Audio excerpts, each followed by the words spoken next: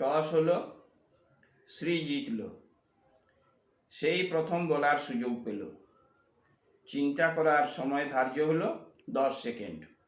অরুণবাবু stop watch নিয়ে বসে পড়লেন। তিনি কমেন্ট করবেন। শুরু হয়ে গেল টক্কর এভাবে। শ্রী: গুরু গুরু মেঘ গুমরি গুমরি গরজে গগনে গগনে, গরজে গগনে।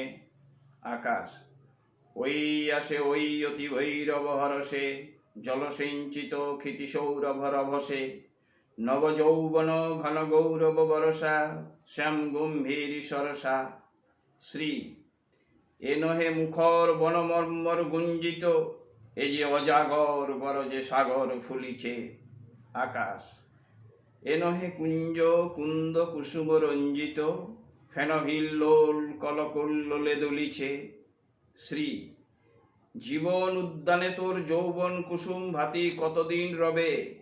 আকাশ: জীবন মধুর মরণ নিঠুর তাহারে দলিব পায়, যতদিন আছে মোহের মদিরা ধরণীর পেয়ালায়।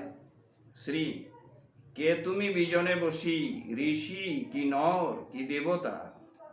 আকাশ: কে গো তুমি অপ্সর রমণী, দেবী মানবী নাকি মম অন্তর ঘরণী।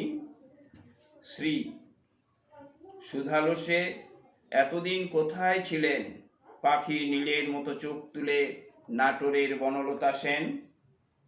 আকাশ: দেখেছিলাম ময়না পাড়ার মাঠে, কালো মেয়ের কালো হরিণ চোখ। অরুণবাবু বললেন, স্টপ।